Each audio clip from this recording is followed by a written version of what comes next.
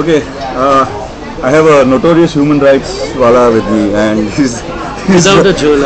without the chola, and he's the good human rights activist with whom we should have breakfast. So, right after our breakfast, Salil and I are here, and this is Salil Tripathi, and we're going to talk about Chinese businesses in Africa. We are sitting at an outdoor cafe, so we might get some noise from the road, but that's natural, right? So, okay, Salil, what do you think is the difference between Indian companies and Chinese companies, and maybe even the Western companies when they operate in Africa? Yeah, so when we look at that, You have to speak up a little bit. yeah, I'll do that. One of the things that happens with with whenever one looks at investment in Africa by Chinese and Indian companies, one thing people say that, but look, don't talk about colonization because the West did the same. You know, multinationals from the West came and they came offering trinkets and taking minerals away. So now it's China's turn and India's turn. And when one looks at it from that perspective, my question always is, but what about Africa's turn? Not Africa's turn to exploit itself, but Africa's turn to use its wealth for its own benefit. And so the smart question to ask is not so much, or the right question to ask rather, is not that whether the Indian companies and Chinese companies can do what the West did in the past, but can they do what the modern multinational which is responsible is doing today? Can they imitate that? Now there the picture of China is very interesting. And this is my personal theory. I mean, there's no way I can prove it or establish it. But in general, when a Chinese company goes to Africa, it tends to follow strategic objective of the Chinese state. It is told by the party in Beijing that go and get oil from Angola. And so it will go to Angola and it will bid 6 times what BP can or Shell can, or of course ONGC can, and they get the concession. It will go to Congo and it will say that, okay, we want these minerals. It will come and pour out certain amount of billions of dollars, in return of which it will build a few roads and a few hospitals and probably enrich the local leadership. I'm not saying local government, but local leadership in some ways, in order to have extract the minerals and get the cheap labor. It even brings its own labor force in many of the cases. India doesn't do that. Now, in that transaction, you see several Chinese objectives being fulfilled. One is that you see that the vote of that country never goes to Taiwan at the UN. Secondly, surplus employment problem at home gets solved in some way. Thirdly, China gets access to resources, and by giving certain $1 billion over a 27 period at an amortized rate, they're paying relatively less than what they would have if they were going to enter into a purely commercial transaction. This is the kind of transaction that's very hard to pin down in commercial terms. Now, when we talk about the Indian company that goes to Africa, it's never really a parastatal we are talking about. We are not only talking about ONG, we are talking about Bharti Airtel, we are talking about Mahindra selling cars, and we are talking about Tata selling anything whatsoever that they want to. And when you look at their responses, ONGC, one might say, should ideally work the way CNPC or CNOOC operates in China. But Tata's well known because Tata's are answerable to something that those Chinese companies are not, which are their shareholders. Even if this company owned 80% by the promoter's family, there will be some minority shareholders whose interests will have to be served. And that's why those companies will be driven by market pricing, and they will not be able to go beyond. And so when I talk to Western multinationals which get out of bidding when China comes in, one reason they get out of bidding is because they simply cannot match the price. Because if they try to match the price, they will be answerable to their shareholders. And China's objective is strategic. Price is not an issue.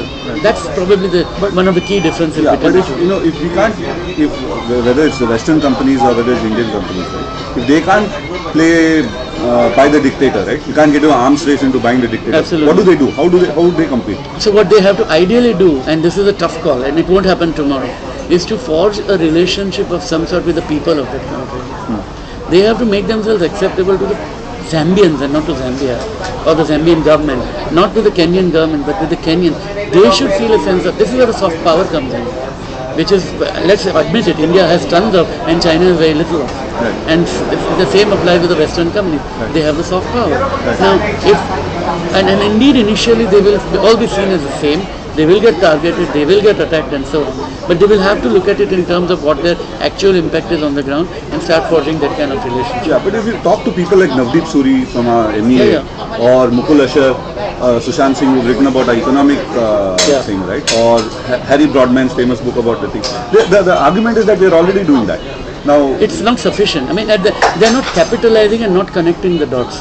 I mean, by any reckoning, the power of Bollywood, the power of Indian popular culture is stronger in many parts of the world compared to the power. But would that translate to, let's say, a UN goodwill towards India? But it would was that goodwill translate towards brand India. Yeah, but what about in places where it really matters, right? Let's say there's a crucial vote at a UNSC, or there is a crucial vote in the UNGA, or there is a crucial vote at the Human Rights Council. Would these people therefore vote in favor of India, or because the regimes are voting, not the people? Absolutely, the regimes will vote, and for that what you do look for and look forward to is the creation of the civil society which is democratic, and civil society which leads to democratically change election. Now, one good thing, we always think of Africa as dictatorships, but a lot more countries today are democratic than they were. And I'm not just talking about South Africa, Botswana and Mauritius. But however flawed elections are taking place, and countries like Zambia, countries like Liberia are seeing regime changes through democratic means. And so it's a long-term game. I mean, it's not going to happen overnight. Right. And I think that idea of seeing Africa as a continent is very prevalent in the literature, right? But I think what smart people do, and smart strategists look at every single country and come out with strategies. And look at the politics within. Look at I mean, you might have two countries neighboring one another, but one could be a French colony, one could be the English colony. And the entire approach would be different about how to deal with investment, how to deal with the role of the state in the society, and the latitude to be given to the dissident. But now, it comes to a very interesting, and I've been thinking about this. You know, this Arab Spring business has happened in the north of Africa, right? And it's spreading, supposedly spreading east. And people are trying to stop it from spreading to the east. Now, what's happening south of the Sahara? Why is it not taking off in that part of the world? Well, first of all, the biggest country, which is a continent-sized country, is DRC over there, Congo. And which is Congo, and which has been mired in a conflict for how long now? Since at least 20 years. That hasn't been resolved. Sudan has just about been resolved in a peaceful way by creation of two countries. So while I mean, if you are thinking about something as spreading the dominoes, then the whole Congo war kind of acts as a bulwark. Another fossilized state is Zimbabwe, which is a large state, and South Africa is in a very precarious situation. One simply doesn't know where it is going. Is the Mandela promise the genuine one, or is it the path that Zuma is taking them toward? Is it going to be just another African country, or a genuine modern African democracy? The jury is still out. And so it will be interesting how the drama is going to play out there. But I think what I still find very hopeful is that you have elections taking place, and you have relatively peaceful transfers of power taking place. And if you have relatively peaceful transfers of power taking place, then the likelihood of an Arab Spring becomes diminished. And which is why I laugh when people call the Ramlila ground thing as Tahrir Square and Arab Spring, because that's a joke. India has elections, and India does change government. So it's a completely, unjustified comparison. Right, and then since we are on this Tahrir Square business and all this, there's Occupy Wall Street also happening in the US. Now, what's that? I mean, this is unrelated to Africa. But, what's that? What's your take on that? Well, I think people always have a reason to. I see in the US itself, everywhere else it's a Me Too. There was going to be an Occupy Singapore, apparently, Raffles Place. They were planning it some time ago, and nothing happened at that time. I was in San Francisco 2 weeks ago, and there was an Occupy San Francisco plan at that time, right? I mean, all these things keep happening at that time. And that time there were people fighting for animal rights. There was a movement for women to go topless. So the causes are multifarious, and the causes have nothing to do with each other. Secondly, I see Occupy Wall Street in America as a reaction to the Tea Party movement. And so Tea Party movement. That if the rebellious right is frustrated and angry and wants to go out on the streets and have its own people, the rebellious left will do the same. So in a way, it's an American drama playing out, and I think America has used it brilliantly. Can you imagine this in Tiananmen Square? What would have happened to them? And I think this shows the strength of American democracy, that it's going on at Zuccotti Park, and Bloomberg has brilliantly let them do it and make a mess for 8 weeks, 10 weeks. Now New Yorkers are fed up and they want them to do it. The interesting thing there is, apparently one of the guys who were at Tiananmen in 1984 he's in Occupy Wall Street. He's at Occupy Wall Street, I know. Because he didn't become an investment banker. The other, or somebody else I think did become an investment banker. Right, so he was on the other side of the divide. Absolutely. Okay.